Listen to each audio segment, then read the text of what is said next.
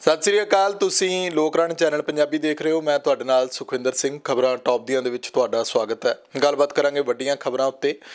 ਦੁਸ਼ਯੰਤ ਚੌਟਾਲਾ ਨੇ ਚਿੱਠੀਆਂ ਦਾ ਸਿਲਸਿਲਾ ਜਿਵੇਂ ਬੀਜੇਪੀ ਦੇ ਵਿੱਚ ਚੱਲ ਰਿਹਾ, ਜਾਂ ਤਾਂ ਆਪਣੇ ਆਪ ਨੂੰ ਕਿਸਾਨ ਹਿਤੈਸ਼ੀ ਕਹਾਉਣ ਦੇ ਲਈ ਇਹ ਚਿੱਠੀਆਂ ਲਿਖੀਆਂ ਜਾ ਰਹੀਆਂ, ਜਾਂ ਫਿਰ ਉਹਦੇ ਪਿੱਛੇ ਸਿਆਸੀ ਮਨਸ਼ਾ ਕੀ ਹੈ, ਉਹਦੇ ਉੱਤੇ ਵੀ ਗੱਲ ਕਰਨ ਦੀ ਜ਼ਰੂਰਤ ਹੈ ਤਾਂ ਕਿ ਲੋਕਾਂ ਨੂੰ ਪਤਾ ਲੱਗ ਸਕੇ। ਕਿਉਂਕਿ ਜਦੋਂ ਦੁਸ਼ਯੰਤ ਚੌਟਾਲਾ ਚਿੱਠੀ ਲਿਖਦੇ ਨੇ ਪ੍ਰਧਾਨ ਮੰਤਰੀ ਸਾਹਿਬ ਨੂੰ ਕਿ ਕਿਸਾਨਾਂ ਦੇ ਨਾਲ ਗੱਲਬਾਤ ਕੀਤੀ ਜਾਵੇ, ਉਸ ਤੋਂ ਪਹਿਲਾਂ ਅਨਿਲ ਵਿਜ ਲਿਖਦੇ ਨੇ ਲਗਾਤਾਰ, ਮਤਲਬ ਕਿ ਹੌਲੀ ਹੌਲੀ ਭਾਵੇਂ ਇਹਨੂੰ ਲੋਕ ਪ੍ਰੈਸ਼ਰ ਮੰਨਣ, ਪਰ ਕੀ ਇਹ ਸਿਆਸੀ ਕੋਈ ਰਣਨੀਤੀ ਦੇ ਤਹਿਤ ਸਭ ਕੁਝ ਹੋ ਰਿਹਾ, ਉਹਦੇ ਉੱਤੇ ਗੱਲਬਾਤ ਕਰਾਂਗੇ। ਦੂਜਾ, ਇਸ ਸਭ ਦੇ ਵਿਚਾਲੇ ਕਿਸਾਨ ਜਿੱਥੇ ਦਿੱਲੀ ਦੀਆਂ ਬਰੂਹਾਂ ਤੇ ਬੈਠੇ ਨੇ, ਉੱਥੇ ਗੁਰਨਾਮ ਸਿੰਘ ਚੜੂੰਨੀ ਦਾ ਬਿਆਨ ਸਾਹਮਣੇ ਆਇਆ। ਉਹ ਕਹਿੰਦੇ ਨੇ ਕਿ ਪ੍ਰਵਾਸੀ ਮਜ਼ਦੂਰ ਜਿੰਨੇ ਵੀ ਦੇਸ਼ ਭਰ ਦੇ ਵਿੱਚ ਨੇ, ਉਹ ਸਾਰੇ ਆ ਕੇ ਇੱਥੇ ਅੰਦੋਲਨ ਦੇ ਵਿੱਚ ਸਾਡਾ ਸਾਥ ਦੇਣ, ਇੱਥੇ ਬੈਠਣ ਆ ਕੇ।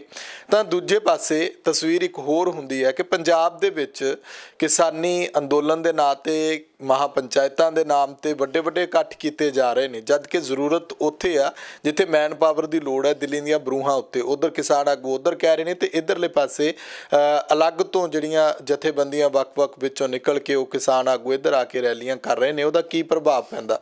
ਕਿਉਂਕਿ ਉਹਨਾਂ ਦੇ ਵਿੱਚ ਜ਼ਿਆਦਾਤਰ ਜਿਹੜੇ ਗਾਇਕ ਨੇ ਉਹਨਾਂ ਨੂੰ ਲੈ ਕੇ ਵੀ ਸਵਾਲ ਉੱਠ ਰਹੇ ਨੇ, ਕਲਾਕਾਰਾਂ ਨੂੰ ਲੈ ਕੇ ਸਵਾਲ ਉੱਠ ਰਹੇ ਨੇ ਕਿ ਕੀ ਉਹ ਆਪਣੀ ਸਿਆਸੀ ਜ਼ਮੀਨ ਜਾਂ ਆਪਣੀ ਸ਼ਕਤੀ ਪ੍ਰਦਰਸ਼ਨ ਦਿਖਾ ਰਹੇ ਨੇ 2022 ਦੀਆਂ ਚੋਣਾਂ ਨੂੰ ਲੈ ਕੇ। ਚੱਲ ਕੀ ਰਿਹਾ ਸਾਰਾ ਕੁਝ, ਪਿੱਛੇ ਕੀ ਚੱਲ ਰਿਹਾ, ਤਸਵੀਰ ਜਿਹੜੀ ਉਹ ਸਾਫ਼ ਹੋਣੀ ਲਾਜ਼ਮੀ ਹੈ। ਇਸ ਸਭ ਦੇ ਵਿਚਾਲੇ ਜਦੋਂ ਅਸੀਂ ਕਰੋਨਾ ਵਾਇਰਸ ਦੀਆਂ ਖਬਰਾਂ ਦੀ ਗੱਲ ਕਰਦੇ ਹਾਂ ਤਾਂ ਕੁੰਭ ਦੇ ਮੇਲੇ ਨੂੰ ਲੈ ਕੇ ਬੜੇ ਤਰ੍ਹਾਂ ਦੇ ਸਵਾਲ ਉੱਠ ਰਹੇ ਨੇ। ਸਵਾਲ ਸਰਕਾਰ ਤੋਂ ਇਹ ਵੀ ਪੁੱਛੇ ਜਾ ਰਹੇ ਨੇ ਕਿ ਤਬਲੀਗੀ ਜਮਾਤ ਨੂੰ ਲੈ ਕੇ ਸਰਕਾਰ ਦਾ ਕੀ ਕਹਿਣਾ, ਤੇ ਹੁਣ ਕੁੰਭ ਦੇ ਮੇਲੇ ਦੌਰਾਨ ਜੋ ਕੁਝ ਹੋ ਰਿਹਾ ਉਹਨੂੰ ਕਿਸ ਤਰ੍ਹਾਂ ਤੁਸੀਂ ਉਹਦੇ ਨਾਲ ਕੰਪੈਰੀਜ਼ਨ ਕਰਦੇ ਹੋ। ਤੇ ਹਾਲਾਂਕਿ ਸਰਕਾਰ ਨੇ ਉਹਨੂੰ ਜਿਹੜਾ ਉਹ ਕੁੰਭ ਦੇ ਮੇਲੇ ਨੂੰ ਲੈ ਕੇ ਜਿਹੜੇ ਮਹਾਮੰਡਲੇਸ਼ਵਰ ਨੇ, ਵੱਖ-ਵੱਖ ਜਿਹੜੀਆਂ ਹਿੰਦੂ ਜਥੇਬੰਦੀਆਂ ਨੇ, ਉਹਨਾਂ ਨੇ ਉਹ ਤੋਂ ਹੁਣ ਪਾਸਾ ਵੱਟ ਲਿਆ, ਪਰ ਇੱਕ ਵਾਰ ਤਾਂ ਸਪਰੈਡ ਹੋ ਚੁੱਕਿਆ। ਹਰਿਆਣਾ ਦੇ ਮਾਫ ਕਰਨਾ ਹਿਮਾਚਲ ਦੇ ਜਿਹੜੇ ਸਾਬਕਾ ਮੁੱਖ ਮੰਤਰੀ ਨੇ, ਭਾਜਪਾ ਦੇ ਸੀਨੀਅਰ ਆਗੂ ਨੇ ਸ਼ਾਂਤਾ ਕੁਮਾਰ, ਉਹਨਾਂ ਨੇ ਵੀ ਕਿਹਾ ਆ ਕਿ ਇਸ ਉੱਤੇ ਧਿਆਨ ਦੇਣ ਦੀ ਲੋੜ ਹੈ। ਕੁੰਭ ਦੇ ਮੇਲੇ ਨੂੰ ਲੈ ਕੇ ਜੇ ਕਰੋਨਾ ਵਾਇਰਸ ਫੈਲ ਰਿਹਾ ਤਾਂ ਕਿਤੇ ਨਾ ਕਿਤੇ ਸਿਆਸੀ ਜਿਹੜੀਆਂ ਖਾਮੀਆਂ ਨੇ ਉਹ ਵੀ ਸਾਹਮਣੇ ਆਉਂਦੀਆਂ ਨੇ। ਕਿਉਂਕਿ ਪ੍ਰਧਾਨ ਮੰਤਰੀ ਸਾਹਿਬ ਜਿਹੜੇ ਨੇ ਇੱਕ ਪਾਸੇ ਤਾਂ ਦਿਨੇ ਕਹਿੰਦੇ ਰੈਲੀਆਂ ਕਰਦੇ ਨੇ ਤੇ ਸ਼ਾਮ ਨੂੰ ਜਾ ਕੇ ਕਰੋਨਾ ਵਾਇਰਸ ਨੂੰ ਲੈ ਕੇ ਕੋਈ ਨਾ ਕੋਈ ਭਾਸ਼ਣ ਦਿੰਦੇ ਨੇ ਕਿ ਸਾਨੂੰ ਦੂਰੀ ਬਣਾਉਣ ਦੀ ਲੋੜ ਹੈ। ਪਰ ਉਹਨਾਂ ਰੈਲੀਆਂ ਦੇ ਵਿੱਚ ਜਿਹੜਾ ਇਕੱਠ ਹੈ ਉਹਦੇ ਬਾਰੇ ਉਹਨਾਂ ਦਾ ਕੀ ਕਹਿਣਾ, ਉਸ ਉੱਤੇ ਅਸੀਂ ਗੱਲਬਾਤ ਕਰਾਂਗੇ। ਪੰਜਾਬ ਦੀ ਸਿਆਸਤ ਦੀਆਂ ਵੀ ਕੁਝ ਖਬਰਾਂ ਹੋਣਗੀਆਂ, ਜਿਵੇਂ ਕੋਟਕਪੂਰਾ ਗੋਲੀਕਾਂਡ ਨੂੰ ਲੈ ਕੇ ਸਿਆਸਤ ਕਾਫੀ ਪੱਖੀ ਹੋਈ ਆ, ਹੁਣ ਅੱਗੇ ਕੀ ਚੱਲ ਰਿਹਾ। ਮੇਰੇ ਨਾਲ ਇਸ ਸਭ ਉੱਤੇ ਗੱਲਬਾਤ ਕਰਨ ਦੇ ਲਈ ਸੀਨੀਅਰ ਪੱਤਰਕਾਰ ਪਰਮਿੰਦਰ ਸਿੰਘ ਰਾਏਪੁਰ ਮੌਜੂਦ ਨੇ। ਪਰਮਿੰਦਰ ਜੀ, ਸਵਾਗਤ ਹੈ ਤੁਹਾਡਾ। ਸਤਿ ਸ਼੍ਰੀ ਅਕਾਲ ਸੁਖਵਿੰਦਰ ਜੀ, ਧੰਨਵਾਦ ਹੈ ਜੀ। ਸ਼ੁਕਰੀਆ। ਪਰਮਿੰਦਰ ਜੀ, ਕਿੱਦਾਂ ਦੇਖਦੇ ਹੋ? ਸਭ ਤੋਂ ਪਹਿਲਾਂ ਜਿਹੜੀਆਂ ਪੰਜਾਬ ਦੇ ਵਿੱਚ ਰੈਲੀਆਂ ਚੱਲ ਰਹੀਆਂ ਨੇ, ਗਾਇਕਾਂ ਦੇ ਵੱਲੋਂ ਰੈਲੀਆਂ ਸੱਦੀਆਂ ਜਾ ਰਹੀਆਂ, ਅੱਜ ਵੀ ਕਹਿੰਦੇ ਇੱਕ ਰੈਲੀ ਜਿਹੜੀ ਉਹ ਸੋਨੀਆ ਮਾਨ ਹੋ ਗਈ ਜਾਂ ਹੋਰ ਕਲਾਕਾਰ ਹੋ ਗਏ, ਉਹਨਾਂ ਦੇ ਨਾਲ ਕਿਸਾਨ ਆਗੂ ਵੀ ਰਲ ਕੇ ਰੈਲੀ ਕਰ ਰਹੇ ਨੇ, ਇਹਨੂੰ ਕਿੱਦਾਂ ਦੇਖਦੇ ਹੋ? ਸੁਖਵਿੰਦਰ ਜੀ, ਜਿਹੜੀ ਜਿੱਦਾਂ ਕਿਸਾਨ ਅੰਦੋਲਨ ਚੱਲ ਰਿਹਾ, ਕਿਸਾਨ ਅੰਦੋਲਨ ਤਾਂ ਕੀ ਹੈ, ਹੁਣ ਤਾਂ ਆਵਾਮ ਜਾਂ ਜਨ ਅੰਦੋਲਨ ਬਣ ਗਿਆ, ਕਹਿ ਲਓ, ਬਣਿਆ ਹੋਇਆ ਹੈ ਕਾਫੀ ਸਮੇਂ ਤੋਂ। ਇਹਦੇ ਵਿੱਚ ਜਿਵੇਂ ਜਿਵੇਂ ਸਮਾਂ ਲੰਘ ਰਿਹਾ ਨਾ, ਸਰਕਾਰ ਦੀ ਜੋ ਮਨਸ਼ਾ ਸੀਗੀ ਉਹ ਇਹੀ ਹੁੰਦੀ ਹੈ ਕਿ ਜੋ ਵੀ ਸਾਡੇ ਵਿਰੁੱਧ ਜਾਂ ਸਾਡੇ ਬਗਾਵਤ ਕਰਨ ਵਾਲੇ ਬਾਗੀ ਲੋਕ ਨੇ, ਜਾਂ ਜਦੋਂ ਕੋਈ ਵਿਰੋਧੀ ਸੁਰ ਉੱਠਦੀ ਆ ਤਾਂ ਜੇ ਸਾਡੇ ਕਾਬੂ ਨਹੀਂ ਆਉਂਦੀ ਉਹ ਸਾਮ ਦਾਮ ਦੰਡ ਭੇਦ ਕਰਕੇ ਕਿਸੇ ਤਰੀਕੇ ਨਾਲ, ਜੇ ਸਾਡੇ ਕਾਬੂ ਨਹੀਂ ਆ ਰਹੀ ਉਹ, ਔਰ ਇਸ ਤਰ੍ਹਾਂ ਦੇ ਹਾਲਾਤ ਬਣ ਗਏ ਵੀ ਉਹਨਾਂ ਦੇ ਉੱਤੇ ਸਖਤੀ ਕਰਨਾ ਵੀ ਮੁਨਾਸਿਬ ਨਹੀਂ ਹੈਗਾ, ਮੁਸ਼ਕਿਲ ਆਊਗੀ। ਜਾਂ ਜਿਹੜੇ ਮਨੁੱਖੀ ਅਧਿਕਾਰ ਹੁੰਦੇ ਨੇ ਉਹਨਾਂ ਦੇ ਕਰਕੇ ਵਰਲਡ ਲੈਵਲ 'ਤੇ ਜਿਹੜੀ ਉਹ ਪਾਰਟੀ ਹੁੰਦੀ ਹੈ ਜਾਂ ਜਿਹੜਾ ਰਾਜਨੀਤਿਕ ਦਲ ਹੁੰਦਾ ਉਹਦੀ ਹੇਠੀ ਹੁੰਦੀ ਹੈ ਜਾਂ ਨਾਕਾਮੀ ਸਾਬਤ ਹੁੰਦੀ ਹੈ, ਜਾਂ ਉਹਨੂੰ ਵਿਰੋਧਤਾ ਦਾ ਸਾਹਮਣਾ ਕਰਨਾ ਪੈਂਦਾ ਹੈ, ਅਤੇ ਜਾਂ ਉਹਦੇ 'ਤੇ ਕੋਈ ਐਕਸ਼ਨ ਹੋਣ ਦੀ ਕਹਿ ਲਓ ਆਪਾਂ ਵੀ ਖਦਸ਼ਾ ਹੁੰਦਾ, ਉਹਨਾਂ ਨੂੰ ਸ਼ੱਕ ਹੁੰਦਾ ਤਾਂ ਹੋ ਸਕਦਾ। ਤਾਂ ਉਹਨਾਂ ਚੀਜ਼ਾਂ ਦੇ ਹਾਲਾਤਾਂ ਨੂੰ ਕਾਬੂ ਕਰਨ ਦੇ ਲਈ, ਉਹਨਾਂ ਪਰਿਸਥਿਤੀਆਂ ਦੇ ਵਿੱਚੋਂ ਲੰਘਣ ਦੇ ਲਈ ਅਜਿਹੀਆਂ ਸਰਕਾਰਾਂ, ਹਕੂਮਤਾਂ, ਸੱਤਾ ਵਿੱਚ ਬੈਠੇ ਲੋਕ ਜਾਂ ਰਾਜਨੀਤਿਕ ਦਲ ਕੀ ਕਰਦੇ ਨੇ, ਉਹ ਉਸ ਚੀਜ਼ ਦਾ ਖਿਲਾਰਾ ਪਾ ਦਿੰਦੇ ਨੇ। ਉਸ ਚੀਜ਼ ਦਾ ਖਿਲਾਰਾ ਪਾ ਕੇ ਫਿਰ ਉਹ ਕੀ ਕਰਦੇ ਨੇ ਕਿ ਇੰਨੇ ਕੁ ਉਹਦੇ ਗੇਟ ਖੋਲ੍ਹ ਦਿੰਦੇ ਨੇ ਉਸ ਚੀਜ਼ ਨੂੰ ਲੈ ਕੇ ਕਿ ਲੋਕ ਉਲਝ ਜਾਂਦੇ ਨੇ। ਲੋਕਾਂ ਦੀ ਸਮਝ ਵਿੱਚ ਨਹੀਂ ਆ ਰਿਹਾ ਹੁੰਦਾ ਕਿ ਕੌਣ ਗਲਤ ਆ, ਕੌਣ ਸਹੀ ਹੈ, ਕਿਹਦਾ ਪੱਖ ਕਰਨ, ਕਿਹਦਾ ਵਿਰੋਧ ਕਰਨ, ਕੀ ਕਹਿਣ, ਕਿਹਦੇ ਨਾਲ ਤੁਰਨ, ਕਿਹਦੇ ਨਾਲ ਨਾ ਤੁਰਨ, ਕਿੱਥੇ ਜਾਣ, ਕਿੱਥੇ ਨਾ ਜਾਣ, ਕਿਹੜੇ ਨੂੰ ਇਕੱਠ ਸਹੀ, ਕਿਹੜੇ ਇਕੱਠ ਨੂੰ ਸਹੀ ਸਮਝਣ, ਠੀਕ ਹੈ, ਕਿਹੜੇ ਨੂੰ ਗਲਤ ਸਮਝਣ। ਉਹੀ ਚੀਜ਼ ਜਿਹੜੀ ਦੇਖਣ ਨੂੰ ਹੁਣ ਉਹ ਮਿਲ ਰਹੀ ਹੈ। ਸਰਕਾਰ ਨੇ ਆਪਣੇ ਆਪ ਕਹਿ ਲਓ ਖੁਦ ਕੁਛ ਬੰਦੇ ਖੜੇ ਕਰਕੇ ਹਰ ਇੱਕ ਥਾਂ ਤੇ, ਹਰ ਇੱਕ ਮੋੜ ਦੇ ਉੱਤੇ, ਹਰੇਕ ਸਟੇਜ ਦੇ ਉੱਤੇ ਹਰ ਇੱਕ ਵਰਗ ਦੇ ਵਿੱਚੋਂ ਕੁਝ ਬੰਦੇ ਲੈ ਕੇ ਉਹਨਾਂ ਨੇ ਛਾਂਟ ਕੇ ਇੱਦਾਂ ਛੱਡਣੇ ਸ਼ੁਰੂ ਕੀਤੇ। ਉਹਨਾਂ ਨਾਲ ਸੰਪਰਕ ਭਾਵੇਂ ਸਿੱਧਾ ਨਹੀਂ ਸਾਧਿਆ, ਕਿਸੇ ਮਾਧਿਅਮ ਰਾਹੀਂ ਸਾਧਿਆ, ਕਿਸੇ ਤਰੀਕੇ ਨਾਲ ਉਹਨਾਂ ਨੂੰ ਅੱਗੇ ਕਰਕੇ ਉਹ ਐਂ ਕਹਿ ਲਓ ਕਿ ਇੱਕ ਨਵਾਂ ਫਰੰਟ ਖੁਲਾਤਾ ਕਿ ਤੁਸੀਂ ਕਿਸਾਨੀ ਅੰਦੋਲਨ ਨੂੰ ਲੈ ਕੇ ਹੀ ਗੱਲ ਕਰੋ, ਇੱਧਰ ਨੂੰ ਚੱਲੋ। ਰਾਹ ਤੌਰ ਤੇ ਨਵੇਂ ਹੁਣ 10 ਰਾਹ ਤੌਰ ਤੇ ਹੋਰ, ਤੇ ਉਹਨਾਂ ਨਾਲ ਲੋਕ ਜੁੜਨੇ ਸ਼ੁਰੂ ਹੋ ਰਹੇ ਨੇ ਉੱਦਾਂ ਹੀ। ਤੇ ਮੀਡੀਆ ਜਿਹੜਾ ਸੋਸ਼ਲ ਮੀਡੀਆ ਹੈਗਾ ਉਹਦੇ ਉੱਤੇ ਬੰਦੇ ਬਿਠਾਤੇ। ਉਹ ਬੰਦੇ ਹੁਣ ਭਾਵੇਂ ਕੰਮ ਕਰ ਰਹੇ ਨੇ ਸਰਕਾਰ ਦੇ ਲਈ, ਪਰ ਲੋਕਾਂ ਦੀ ਗੱਲ ਕਰਕੇ, ਲੋਕਾਂ ਦੀ ਸਿੰਪਥੀ ਹਮਦਰਦੀ ਲੈ ਕੇ ਐਂ ਸ਼ੋਅ ਕਰ ਰਹੇ ਨੇ ਕਿ ਅਸੀਂ ਲੋਕਾਂ ਲਈ ਹੀ ਕੰਮ ਕਰ ਰਹੇ ਹਾਂ। ਉਹਨਾਂ ਦਾ ਕੰਮ ਕੀ ਹੈ?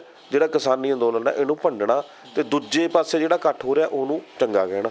ਉਹੀ ਚੀਜ਼ ਜਿਹੜੀ ਹੈਗੀ ਹੁਣ ਕਲਾਕਾਰ ਨੇ, ਕਲਾਕਾਰਾਂ ਨੂੰ ਹੁਣ ਕੰਮ ਤਾਂ ਫਿਲਹਾਲ ਹੈ ਨਹੀਂ ਕਰੋਨਾ ਕਰਕੇ, ਉਹਨਾਂ ਨਾਲ ਜਿਹੜਾ ਕੰਮ ਠੱਪ ਹੋਇਆ ਪਿਆ। ਵਿਆਹਾਂ ਸ਼ਾਦੀਆਂ ਦੇ ਵਿੱਚ ਦੇਖੋ ਸਰਕਾਰਾਂ ਨੇ ਰੋਕਾਂ ਲਾ ਦੀਆਂ, ਉੱਦਾਂ ਆਪਣੀਆਂ ਸਾਰਾ ਇਕੱਠ ਹੋਈ ਜਾਂਦਾ। ਉਹ ਇੱਧਰਲੇ ਪਾਸੇ ਲੱਗੇ ਹੋਣੇ, ਉਹਨਾਂ ਨੂੰ ਪਬਲਿਕ ਚਾਹੀਦੀ ਆ। ਪਬਲਿਕ ਨਾਲ ਜੋ ਜੁੜੇ ਰਹਿਣਗੇ, ਸੰਪਰਕ ਬਣਨਗੇ, ਤਾਂ ਕਿਤੇ ਨਾ ਕਿਤੇ ਪ੍ਰੋਗਰਾਮ ਮਿਲੇ ਜਾਂਦੇ ਨੇ। ਸੋ ਉਹਨਾਂ ਕੰਮਾਂ ਕਰਕੇ ਵੀ ਆਪਣਾ ਜਿਹੜਾ ਨਾਮ ਬਣਾਉਣ ਦੇ ਲਈ ਵੀ ਕਲਾਕਾਰ ਵੀ ਇੱਧਰ ਤੁਰੇ ਹੋਏ ਨੇ, ਸਾਰੇ ਇਕੱਠ ਕਰਨ ਨੂੰ ਤੁਰੇ ਹੋਏ ਨੇ, ਅਲੱਗ-ਅਲੱਗ ਸਟੇਜਾਂ ਲਾ ਕੇ, ਅਲੱਗ-ਅਲੱਗ ਸ਼ਹਿਰਾਂ ਪਿੰਡਾਂ ਦੇ। ਉਹ ਚਾਹੀਦਾ ਇਹ ਸੀ ਸੁਖਵਿੰਦਰ ਜੀ ਕਿ ਇਹਨਾਂ ਲੋਕਾਂ ਨੂੰ ਵੀ ਸੱਚੀ ਮੁੱਚੀ ਅਸੀਂ ਪੰਜਾਬ ਦਾ ਭਲਾ ਕਰ ਰਹੇ ਹਾਂ ਯਾਰ, ਤੁਹਾਨੂੰ ਖਾਣ ਨੂੰ ਕਿੱਥੋਂ ਮਿਲ ਜੂਗਾ। ਅਸਲ ਦੇ ਵਿੱਚ ਜਦੋਂ ਖੁਦਕੁਸ਼ੀਆਂ ਦਾ ਦੌਰ ਮਗ ਰਿਹਾ ਸੀ, ਜਦੋਂ ਮਤਲਬ ਉਹਦੇ ਵਿੱਚ ਸੁਰਖੀਆਂ ਦੇ ਵਿੱਚ ਸੀਗਾ, ਅਖਬਾਰਾਂ ਜਾਂ ਚੈਨਲਾਂ ਦੇ ਵਿੱਚ, ਜਾਂ ਚੋਣਾਂ ਦੇ ਵੇਲੇ, ਜਾਂ ਉੱਦਾਂ ਵੀ ਲੋਕ ਸਮਝਦੇ ਸੀ ਕਿ ਖੁਦਕੁਸ਼ੀਆਂ ਹੋ ਰਹੀਆਂ ਨੇ ਕਿਸਾਨ। ਉਦੋਂ ਕੀ ਕਹਿੰਦੇ ਸੀ ਕਿ ਜਿਹੜਾ ਵਿਆਹਾਂ ਦੇ ਉੱਪਰ ਖਰਚ ਕੀਤਾ ਜਾਂਦਾ ਜੀ, ਗੱਡੀਆਂ, ਫੋਕੀ, ਸ਼ੋਸ਼ੇਬਾਜ਼ੀ, ਇਹ ਵੋ ਕਰਨ ਖਾਤਰ ਵੀ ਕਿਸਾਨ ਜਿਹੜਾ ਹੈਗਾ ਖੁਦਕੁਸ਼ੀ ਦੇ ਰਾਹ ਪੈਂਦਾ, ਕਰਜ਼ਾ ਹੀ ਹੋ ਜਾਂਦਾ। ਠੀਕ ਹੈ ਨਾ ਉਹ ਗੱਲ। ਤਾਂ ਹੁਣ ਇੱਕ ਗੱਲ ਇਹ ਸਮਝਣੀ ਚਾਹੀਦੀ ਸੀ ਕਲਾਕਾਰਾਂ ਨੂੰ ਕਿ ਭਾਈ ਜਿਹੜੇ ਕਿਸਾਨ ਉੱਥੇ ਬੈਠੇ ਨੇ ਦਿੱਲੀ ਦੇ ਵਿੱਚ, ਉਹੀ ਤੁਹਾਡੇ ਤੇ ਖਰਚ ਕਰਦੇ ਸੀ, ਉਹੀ ਤੁਹਾਨੂੰ ਲੱਖਾਂ ਰੁਪਏ ਦਿੰਦੇ ਸੀ ਪ੍ਰੋਗਰਾਮਾਂ ਦੇ। ਫਿਰ ਉਹਨਾਂ ਦੇ ਇਲਜ਼ਾਮ ਵੀ ਲੱਗਦੇ ਸੀ ਵੀ ਫੋਕੀ ਸ਼ੋਸ਼ੇਬਾਜ਼ੀ ਕਰਕੇ ਖੁਦਕੁਸ਼ੀਆਂ, ਜੇ ਕਰਦੇ ਵੀ ਸੀ, ਸਹੀ ਗੱਲ ਕਰਦੇ ਵੀ ਸੀ ਲੋਕ ਇਹ ਕਿ ਫੋਕੀ ਸ਼ੋਸ਼ੇਬਾਜ਼ੀ ਕਰਕੇ ਹੁੰਦਾ। ਪਰ ਕਲਾਕਾਰਾਂ ਨੂੰ ਤਾਂ ਸੋਚਣਾ ਚਾਹੀਦਾ ਭਾਈ 10-10 ਲੱਖ ਰੁਪਇਆ, 8-8 ਲੱਖ ਰੁਪਇਆ ਤੁਹਾਨੂੰ ਵਿਆਹਾਂ ਦੇ ਇਕੱਠਾਂ ਦੇ ਵਿੱਚ ਇਹ ਦਿੰਦੇ ਸੀਗੇ, ਤੇ ਅੱਜ ਲੋੜ ਉਹਨਾਂ ਨੂੰ ਉੱਥੇ ਆ। ਠੀਕ ਹੈ, ਉਹ ਆਵਾਜ਼ਾਂ ਮਾਰਦੇ ਨੇ, ਇਹ ਆਪਣੇ ਰਾਗ ਲਾਪਦੇ ਫਿਰਦੇ ਨੇ, ਇਹ ਆਪਣੀਆਂ ਸਟੇਜਾਂ ਸਾਂਭਦੇ ਫਿਰਦੇ ਨੇ, ਇਹ ਆਪਣੇ ਰਾਹ ਖੋਲ੍ਹਦੇ ਫਿਰਦੇ ਨੇ। ਸੋ ਇਹ ਗੱਲ ਇਹੀ ਹੈ ਕਿ ਸਰਕਾਰ ਚਾਹੁੰਦੀ ਸੀ ਜੋ ਜਿੱਦਾਂ ਉਹਨਾਂ ਨੇ ਟਾਈਮ ਦਿੱਤਾ ਅੰਦੋਲਨ ਨੂੰ, ਜਿੱਦਾਂ ਉਹਨਾਂ ਨੇ ਰੱਖਿਆ ਕਿ ਬੈਠੇ ਰਹਿਣ ਦਿਓ ਉਹਨਾਂ ਨੂੰ, ਆਪਸ ਵਿੱਚ ਹੀ ਪਟ ਜਾਣਾ, ਉਹ ਗੱਲ ਸ਼ੁਰੂ ਹੋ ਗਈ ਹੈ। ਔਰ ਇਹ ਲੋਕ ਨੇ ਜ਼ਿੰਮੇਵਾਰ ਨੇ ਇਹ ਇਸ ਗੱਲ ਦੇ ਕਿ ਉੱਧਰਲਾ ਇਕੱਠ ਜਾਂ ਉੱਧਰ ਨੂੰ ਢਾਹ ਲਾਉਣ ਦੀ ਲਈ ਜਿਹੜੀ ਸਾਜ਼ਿਸ਼ਾਂ ਸਰਕਾਰ ਚਾਹੁੰਦੀ ਸੀ ਰਚਣਾ, ਉਹ ਇਹ ਆਪ ਰਚ ਰਹੇ ਨੇ। ਕਿਸਾਨ ਆਗੂਆਂ ਨੂੰ ਹੁਣ ਕਹਿਣਾ ਪੈ ਰਿਹਾ, ਜਿਵੇਂ ਚੜੂਨੀ ਸਾਹਿਬ ਦੀ ਆਪਾਂ ਵੀਡੀਓ ਦੇਖੀਏ, ਰਕੇਸ਼ ਟਕੈਤ ਨੇ ਉਹ ਵੀ ਜਿਹੜਾ ਇੱਕ ਵੱਖਰੇ ਸੂਬੇ ਦੇ ਵਿੱਚ ਜਾ ਕੇ ਉੱਥੇ ਆਪਣਾ ਪ੍ਰਚਾਰ ਕਰ ਰਹੇ ਨੇ। ਟਕੈਤ ਸਾਹਿਬ ਕਹਿ ਰਹੇ ਨੇ ਕਿ ਅਸੀਂ ਹਰ ਥਾਂ ਦੇ ਉੱਤੇ ਜਾ ਕੇ, ਹਰ ਜ਼ਿਲ੍ਹੇ ਦੇ ਵਿੱਚ, ਹਰ ਪਿੰਡ ਸ਼ਹਿਰ ਦੇ ਵਿੱਚ ਜਾ ਕੇ, ਹਰੇਕ ਸੂਬੇ ਜਾ ਕੇ ਅਸੀਂ ਲੋਕਾਂ ਨੂੰ ਲਾਮਬੰਦ ਕਰਨਾ ਹੈ। ਇੱਧਰ ਚੜੂਨੀ ਸਾਹਿਬ ਕਹਿੰਦੇ ਨੇ ਕਿ ਪ੍ਰਵਾਸੀ ਮਜ਼ਦੂਰ ਜਿੰਨੇ ਵੀ ਨੇ ਉਹ ਸਾਰੇ ਆ ਕੇ ਇੱਥੇ ਸਾਡੇ ਅੰਦੋਲਨ ਨੂੰ ਤਾਕਤ ਦੇਣ। ਪਰ ਇਹ ਸਭ ਦੇ ਵਿਚਾਲੇ ਸਿਆਸੀ ਤੌਰ ਤੇ ਆਪਣੇ ਆਪ ਨੂੰ ਮਜ਼ਬੂਤ ਕਰਨ ਦੀ ਕੀ ਲੋੜ ਹੈ ਕਿ ਸ਼ਕਤੀ ਪ੍ਰਦਰਸ਼ਨ ਕਰਨੇ? ਤੁਸੀਂ ਜ਼ਿਆਦਾਤਰ ਇਹ ਜਿੰਨੇ ਵੀ ਹੋ ਰਹੇ ਨੇ ਇਹਦੇ ਵਿੱਚ ਗਾਇਕਾਂ ਦੀ ਸ਼ਮੂਲੀਅਤ ਵੱਡੇ ਪੱਧਰ ਤੇ ਆ, ਉਹਨੂੰ ਕਿੱਦਾਂ ਦੇਖਦੇ ਹੋ ਕਿ ਪ੍ਰਵਾਸੀ ਮਜ਼ਦੂਰਾਂ ਦੇ ਆਉਣ ਨਾਲ ਕਿਸ ਤਰ੍ਹਾਂ ਦਾ ਫਰਕ ਪੈਣਾ ਹੈ? ਦੇਖੋ ਜਿਹੜਾ ਕਿਸਾਨੀ ਹੈ ਨਾ ਜੁੜੀ ਹੋਈ ਹੈ ਸੁਖਵਿੰਦਰ, ਇਹ ਇਕੱਲੇ ਪ੍ਰੋਡਕਸ਼ਨ ਵੀ ਹਾਂ ਫਸਲ ਦਾ ਉਤਪਾਦਨ ਕਰਨ ਦਾ ਉੱਥੇ ਤੱਕ ਸੀਮਤ ਹੈ, ਉੱਥੇ ਤੱਕ ਸੀਮਤ ਨਹੀਂ ਹੈ। ਅੰਨ ਦੀ ਹਰ ਇੱਕ ਨੂੰ ਲੋੜ ਹੈ ਕਿ ਜੇ ਕੋਈ ਨੌਕਰੀ ਵੀ ਕਰਦਾ ਹੈ, ਕੋਈ ਬਿਜ਼ਨਸ ਵੀ ਕਰਦਾ, ਰੋਟੀ ਤਾਂ ਖਾਣੀ ਹੋਈ ਆ, ਪੇਟ ਤਾਂ ਭਰਨਾ ਹੀ ਹੈ। ਕੋਈ ਬਰਗਰ ਪੀਜੇ ਨਾਲ ਭਰਦਾ ਤੇ ਕੋਈ ਰੋਟੀ ਸਿੰਪਲ ਖਾਂਦਾ ਕੋਈ, ਤੇ ਉਹ ਚੀਜ਼ ਜ਼ਰੂਰੀ ਨਹੀਂ ਕਿ ਕਿਸਾਨ ਹੀ ਇਸ ਨਾਲ ਸੰਬੰਧਿਤ ਹੈ। ਦੂਜਾ ਜਿਹੜਾ ਕਿਸਾਨ ਦਾ ਹੋਕਾ ਸੀ, ਕਿਸਾਨ ਮਜ਼ਦੂਰ ਏਕਤਾ, ਠੀਕ ਹੈ, ਉਹ ਵੀ ਨਾਲ ਮਾਇਨੇ ਰੱਖਦੀ ਹੈ। ਤਾਂ ਤੀਜੀ ਗੱਲ ਜਿਹੜੀ ਹੈਗੀ, ਤੁਸੀਂ ਕਹਿ ਰਹੇ ਵੀ ਪ੍ਰਵਾਸੀ ਮਜ਼ਦੂਰਾਂ ਦੇ ਆਉਣ ਨਾਲ ਕੀ ਹੋਊਗਾ ਜਾਂ ਜ਼ਰੂਰੀ ਨੇ ਉਹ, ਤਾਂ ਉਹ ਲਾਮਬੰਦ ਪੂਰਾ ਦੇਸ਼ ਚਾਹੀਦਾ ਨਾ, ਕਾਨੂੰਨ ਪੂਰੇ ਦੇਸ਼ ਦੇ ਲਈ ਨੇ, ਤੇ ਮਜ਼ਦੂਰ ਵੀ ਪੂਰੇ ਦੇਸ਼ 'ਚ ਨੇ, ਕਿਸਾਨ ਵੀ ਪੂਰੇ ਦੇਸ਼ 'ਚ ਨੇ। ਸੋ ਇਸ ਕਰਕੇ ਜਿਹੜਾ ਪ੍ਰਵਾਸੀਆਂ ਨੂੰ ਕਹਿਣਾ, ਕਿਉਂਕਿ ਪ੍ਰਵਾਸੀ ਪੰਜਾਬ ਦਾ ਹਿੱਸਾ ਬਣਦੇ ਨੇ, ਜਦੋਂ ਫਸਲਾਂ ਦੀ ਬਿਜਾਈ ਹੁੰਦੀ ਹੈ, ਸਾਂਭ ਸੰਭਾਲ ਹੁੰਦੀ ਹੈ, ਕਟਾਈ ਹੁੰਦੀ ਹੈ, ਫਸਲ ਸਾਂਭਣ ਤੱਕ ਦਾ, ਉਹ ਕਿਸਾਨੀ ਦਾ ਇੱਕ ਹਿੱਸਾ ਬਣਦੇ ਨੇ। ਜਿਵੇਂ ਸਾਡੇ ਲੋਕ ਇੱਥੋਂ ਜਾ ਕੇ ਬਾਹਰਲੇ ਦੇਸ਼ਾਂ 'ਚ ਬਣਦੇ ਨੇ ਹਿੱਸਾ, ਲੇਬਰ ਦਾ ਹਿੱਸਾ, ਇੱਦਾਂ ਉਹ ਲੇਬਰ ਦਾ ਹਿੱਸਾ ਨੇ। ਉਹਨਾਂ ਦਾ ਰੁਜ਼ਗਾਰ ਖਤਮ ਹੁੰਦਾ, ਕਿਸਾਨੀ ਖਤਮ ਹੁੰਦੀ ਹੈ, ਉਹ ਵੀ ਰੁਲ ਜਾਣਗੇ, ਉਹ ਕਿੱਥੇ ਜਾਣਗੇ? ਠੀਕ ਹੈ, ਉਹ ਇਸ ਕਰਕੇ ਉਹਨਾਂ ਨੂੰ ਵੀ ਸਾਥ ਦੇਣ ਦੀ ਗੱਲ ਕਹੀ ਆ। ਇਕੱਠ ਹੋਰ ਵੱਡਾ ਹੋਊਗਾ, ਲੋਕ ਸਮਝਣਗੇ ਜੋ ਸਰਕਾਰ ਦੀਆਂ ਨੀਤੀਆਂ ਨਹੀਂ। ਜਿਹੜੀ ਵੋਟ ਤੁਸੀਂ ਸਰਕਾਰ ਬਣਾਉਣ ਦੇ ਵਿੱਚ ਸਮਝਦੇ ਹੋ ਕੋਈ ਕੰਮ ਕਰਦੀ ਹੈ, ਉਹ ਗਰੀਬ ਤਬਕੇ ਦੀ ਜ਼ਿਆਦਾ ਹੁੰਦੀ ਹੈ, ਉਸੇ ਨੂੰ ਖਰੀਦਿਆ ਜਾਂਦਾ। ਉਹੀ ਅਨਪੜ੍ਹ ਹੁੰਦੀ ਹੈ, ਉਹੀ ਭੋਲੀ ਹੁੰਦੀ ਹੈ, ਉਹ ਪਿੱਛੇ ਲੱਗੂ ਹੋ ਜਾਂਦੀ ਹੈ ਇੱਕ ਤਰ੍ਹਾਂ ਨਾਲ, ਕਿਉਂਕਿ ਉਹਨਾਂ ਦੀਆਂ ਜ਼ਰੂਰਤਾਂ ਇੰਨੀਆਂ ਕਿ ਹੁੰਦੀਆਂ ਨੇ। ਉਦੋਂ ਜਿਹੜੀਆਂ ਵੱਡੀਆਂ ਪਾਰਟੀਆਂ ਹੁੰਦੀਆਂ ਨੇ ਜਾਂ ਜਿਹੜੇ ਅਮੀਰ ਲੋਕ ਹੁੰਦੇ ਨੇ ਪਾਰਟੀਆਂ ਨਾਲ ਜੁੜੇ ਹੋਏ, ਸਿਆਸੀ ਪਾਰਟੀਆਂ ਨਾਲ, ਉਹ ਉਹਨਾਂ ਦੀਆਂ ਉਸ ਟਾਈਮ ਦੀਆਂ ਜਿਹੜੀਆਂ ਮੁੱਢ ਦੀਆਂ ਲੋੜਾਂ ਨੇ ਉਹਨਾਂ ਨੂੰ ਪੂਰਾ ਕਰ ਦਿੰਦੇ ਨੇ ਸਮੇਂ ਦੇ ਲਈ, ਥੋੜ੍ਹੇ ਸਮੇਂ ਦੇ ਲਈ। ਅਤੇ ਉਹ ਫਿਰ ਉਹਨਾਂ ਦੇ ਝਾਂਸੇ 'ਚ ਆ ਕੇ ਆਪਣਾ ਉਹਨਾਂ ਜਿਹੜੇ ਲੋਕ ਉਹਨਾਂ ਦੇ ਇਸ ਤਰ੍ਹਾਂ ਦੀ ਰਹਿਮਤ ਕਰਦੇ ਨੇ, ਬਖਸ਼ਿਸ਼ ਕਰਦੇ ਨੇ, ਉਹਦਾ ਮੁੱਲ ਤਾਰਨ ਲਈ ਵੋਟ ਪਾ ਦਿੰਦੇ ਨੇ। ਜੇ ਉਹ ਲੋਕ ਜਾਗਰੂਕ ਹੋਣਗੇ, ਇਹਨਾਂ ਦੀਆਂ ਸਟੇਜਾਂ ਨੂੰ ਮੰਨਣਗੇ, ਇਹਨਾਂ ਦੇ ਸਟੇਜਾਂ ਸਾਹਮਣੇ ਬੈਠ ਕੇ ਇਹਨਾਂ ਦੀ ਤਕਰੀਰਾਂ ਸੁਣਨਗੇ, ਇਹਨਾਂ ਦੇ ਭਾਸ਼ਣ ਸੁਣਨਗੇ, ਸਰਕਾਰ ਦੀਆਂ ਗਲਤ ਨੀਤੀਆਂ ਦਾ ਪਤਾ ਲੱਗੂਗਾ, ਕਿਵੇਂ ਮਜ਼ਦੂਰਾਂ ਦਾ ਵੀ ਗਲ ਘੋਟ ਰਹੇ ਆ ਉਹ, ਤਾਂ ਇਹ ਲੋਕ ਵੀ ਜਾਗਰੂਕ ਹੋਣਗੇ। ਜੇ ਇਹ ਲੋਕ ਜਾਗਰੂਕ ਹੋ ਗਏ ਤਾਂ ਵੋਟ ਤਾਂ ਬੈਂਕ ਕਿਤੇ ਨਾ ਕਿਤੇ ਤਾਂ ਟੁੱਟੂ, ਕਿਤੇ ਨਾ ਕਿਤੇ ਤਾਂ ਹਿੱਸਾ ਪਾਉਣਗੇ ਨਾ ਉਹ ਲੋਕ। ਸੋ ਇਹ ਚੀਜ਼ ਜ਼ਰੂਰੀ ਸੀ, ਚਲੂਨੀ ਸਾਹਿਬ ਨੇ ਸਮਝਿਆ ਇਹ ਗੱਲ ਨੂੰ ਵੀ ਇਹ ਇਹਨਾਂ ਨੂੰ ਲੋਕਾਂ ਨੂੰ ਨਾਲ ਸੱਦਾ ਦੇ ਕੇ ਇਕੱਠ ਦੇ ਵਿੱਚ ਬੁਲਾਇਆ ਜਾਵੇ, ਤਾਂ ਕਿ ਸਰਕਾਰ ਦੀਆਂ ਨੀਤੀਆਂ ਬਾਰੇ ਜਾਣੂ ਕਰਾਇਆ ਜਾਵੇ, ਤਾਂ ਕਿ ਇਹ ਵੀ ਹਿੱਸਾ ਬਣਨ। ਕਿਸਾਨ ਮਜ਼ਦੂਰ ਏਕਤਾ ਸਹੀ ਸੱਚੀ ਮੁੱਚੀ ਦਿਖੇ ਉੱਥੇ। ਹੁਣ ਇਕੱਲਾ ਕਿਸਾਨ ਰੌਲਾ ਪਾਈ ਜਾਂਦੇ ਨੇ, ਕਿਸਾਨ ਬੈਠੇ ਨੇ, ਤੇ ਮਜ਼ਦੂਰ ਵੀ ਦਿਖਣ ਉੱਥੇ। ਹਾਲਾਂਕਿ ਮਜ਼ਦੂਰ ਬੈਠੇ ਨੇ, ਪੰਜਾਬ ਦੇ ਬੈਠੇ ਨੇ, ਹਰਿਆਣੇ ਦੇ ਬੈਠੇ ਨੇ, ਪਰ ਬਾਕੀ ਸਟੇਟਾਂ ਦੇ ਵੀ ਆ ਜਾਣ ਤਾਂ ਹੋਰ ਵੱਡੀ ਗੱਲ ਹੋ ਜਾਏਗੀ। ਬਿਲਕੁਲ। ਇਸ ਤੋਂ ਅੱਗੇ ਜਿਵੇਂ ਆਪਾਂ ਦੁਸ਼ਯੰਤ ਚੌਟਾਲਾ ਹੋਣਾ ਦੀ ਗੱਲ ਕੀਤੀ, ਹਰਿਆਣਾ ਦੇ ਉਪ ਮੁੱਖ ਮੰਤਰੀ ਨੇ, ਸਰਕਾਰ ਦੇ ਪੈਰਾਂ ਥੱਲੋਂ ਜ਼ਮੀਨ ਤੱਕ ਖਿਸਕੀ ਹੋਈ ਹੈ। ਹੁਣ ਚਿੱਠੀ ਲਿਖ ਦਿੱਤੀ, ਇਹਨੂੰ ਚਿੱਠੀ ਨੂੰ ਕਿੱਦਾਂ ਦੇਖਦੇ ਹੋ? ਪ੍ਰਧਾਨ ਮੰਤਰੀ ਸਾਹਿਬ ਨੂੰ ਅੱਗੇ ਵੀ ਬੜਿਆਂ ਨੇ ਕਿਹਾ, ਤੇ ਸ਼ਾਇਦ ਅੰਦਰ ਖਾਤੇ ਵੀ ਬੜਾ ਕੁਝ ਕਹਿੰਦੇ ਹੋਣੇ, ਕਈ ਚਿੱਠੀਆਂ ਵੀ ਉਹਨਾਂ ਤੱਕ ਪਹੁੰਚ ਰਹੀਆਂ ਨੇ, ਪਰ ਉਹਨਾਂ ਚਿੱਠੀਆਂ ਨੂੰ ਕੋਈ ਤਵੱਜੋ ਨਹੀਂ ਦਿੱਤੀ ਜਾ ਰਹੀ। ਇਹਦੇ ਲਈ ਤਾਂ ਕੁਝ ਬਹੁਤਾ ਕਹਿਣ ਦੀ ਲੋੜ ਨਹੀਂ ਹੁੰਦੀ ਸੁਖਵਿੰਦਰ। ਦੁਸ਼ਯੰਤ ਚੌਟਾਲਾ ਨੇ, ਉਹੀ ਦੁਸ਼ਯੰਤ ਚੌਟਾਲਾ ਜਿਹੜਾ ਕਹਿੰਦਾ ਕਿ ਕਾਨੂੰਨ ਠੀਕ ਨੇ, ਠੀਕ ਹੈ, ਉਹੀ ਦੁਸ਼ਯੰਤ ਚੌਟਾਲਾ ਜਿਹੜਾ ਜਾ ਕੇ ਵੋਟ ਪਾ ਕੇ ਆਉਂਦਾ, ਪੱਖ 'ਚ ਖੜ੍ਹਦਾ, ਸਰਕਾਰ ਦੇ ਪੱਖ 'ਚ ਖੜ੍ਹਦਾ, ਬੀਜੇਪੀ ਦੀ ਆਪਣੀ ਕੁਰਸੀ ਦੇ ਲਈ। ਉਹਨੂੰ ਤਾਂ ਡਿਪਟੀ CM ਦਿਖਦਾ ਨਾ, ਆਪਦੀ ਕੁਰਸੀ ਦਿਖਦੀ ਹੈ, ਅੱਗੇ ਵੋਟਾਂ ਦਿਖਦੀਆਂ ਨੇ। ਹੁਣ ਲੋਕਾਂ ਦਾ ਜਿਹੜਾ ਲੋਕਾਂ ਨੇ ਹਰਿਆਣੇ ਦੇ ਨੇ ਡੰਡਾ ਚੱਕਿਆ ਹੋਇਆ JJP ਦੇ ਖਿਲਾਫ ਔਰ BJP ਦੇ ਖਿਲਾਫ, ਉਹਨੂੰ ਸ਼ੀਸ਼ਾ ਦਿਖ ਰਿਹਾ ਹੁਣ ਹੌਲੀ ਕਿਤੇ ਨਾ ਕਿਤੇ। ਉਹ ਦਿਖ ਰਿਹਾ ਕਿ ਮੈਨੂੰ ਹੁਣ ਅੱਗੇ ਨਿਕਲਣਾ ਬੜਾ ਔਖਾ ਹੋਊਗਾ। ਜੇ ਕਿਤੇ ਚਿੱਠੀ ਲਿਖੀ ਹੈ ਹੁਣ ਤਾਂ ਇਹ ਕਹਿ ਸਕਦੇ ਕਿ ਆਉਣ ਵਾਲੇ ਸਮੇਂ 'ਚ ਕਿਤੇ ਇਹ ਖਤਰੇ ਦੀ ਘੰਟੀ ਖੱਟਰ ਸਰਕਾਰ ਲਈ ਤਾਂ ਨਹੀਂ ਹੈਗੀ। ਅੱਜ ਚਿੱਠੀ ਲਿਖਦਾ, ਕੱਲ੍ਹ ਨੂੰ ਕਿਤੇ ਵਾਪਸ ਤਾਂ ਨਹੀਂ ਹੋ ਜੂ, ਕਿਉਂਕਿ ਲਾਲਚੀ ਬੰਦੇ ਹੁੰਦੇ ਨੇ। ਸਿਆਸਤ ਇਹਨਾਂ ਨੇ ਮਾਣ ਲਈ, ਪਤਾ ਲੱਗ ਗਿਆ ਕਿ ਹੁਣ ਤਾਂ ਅੱਗੇ ਕੁਛ ਹੋ ਨਹੀਂ ਰਿਹਾ, ਚੋਣਾਂ ਤੱਕ ਤਾਂ ਕਿਸਾਨਾਂ ਨੇ ਹਿੱਲਣ ਨਹੀਂ ਦੇਣਾ ਜੇ ਇਹੀ ਹਾਲਾਤ ਰਹੇ। ਜੇ ਸੁਧਰ ਗਏ ਤਾਂ ਅਸੀਂ ਕਹਿ ਦਾਂਗੇ ਸਾਡੇ ਹੱਥ, ਅਸੀਂ ਚਿੱਠੀ ਲਿਖੀ ਸੀ ਪ੍ਰਧਾਨ ਮੰਤਰੀ ਨੇ ਤਾਂ ਗੱਲ ਸ਼ੁਰੂ ਕਰ ਲਈ, ਨਹੀਂ ਤਾਂ ਫਿਰ ਪੈਂਡਾ ਛਡਾ ਕੇ ਪਰੇ ਹੋਵਾਂਗੇ। ਮਤਲਬ ਸਮਾਂ ਵਿਚਾਰਨਾ ਇਹਨਾਂ ਦੇ ਪੂਰਾ ਇਹਨਾਂ ਨੂੰ ਆਉਂਦਾ ਹੁੰਦਾ। ਅਤੇ ਉਹੀ ਚੀਜ਼ ਦੇ ਤਹਿਤ ਇਹਨਾਂ ਨੇ ਆਪਣੀ ਸਿਰਫ ਕੁਰਸੀ ਦੇ ਲਈ ਹੀ ਇਹ ਕੰਮ ਕਰਿਆ ਹੋਊਗਾ। ਨਹੀਂ ਤਾਂ ਚਿੱਠੀ ਲਿਖਣ ਨਾਲ ਕੀ ਖੱਟਰ ਦੀ ਨਹੀਂ ਮੰਨਦੇ, ਜਾਂ ਹੋਰ BJP ਦੇ ਆਗੂ ਭੱਜੇ ਫਿਰਦੇ ਸੀਗੇ, ਉਹਨਾਂ ਦੀ ਨਹੀਂ ਮੰਨਦੇ, ਤੇਰੀ ਚਿੱਠੀ ਨਾਲ ਕੀ ਅਸਰ ਹੋਊਗਾ?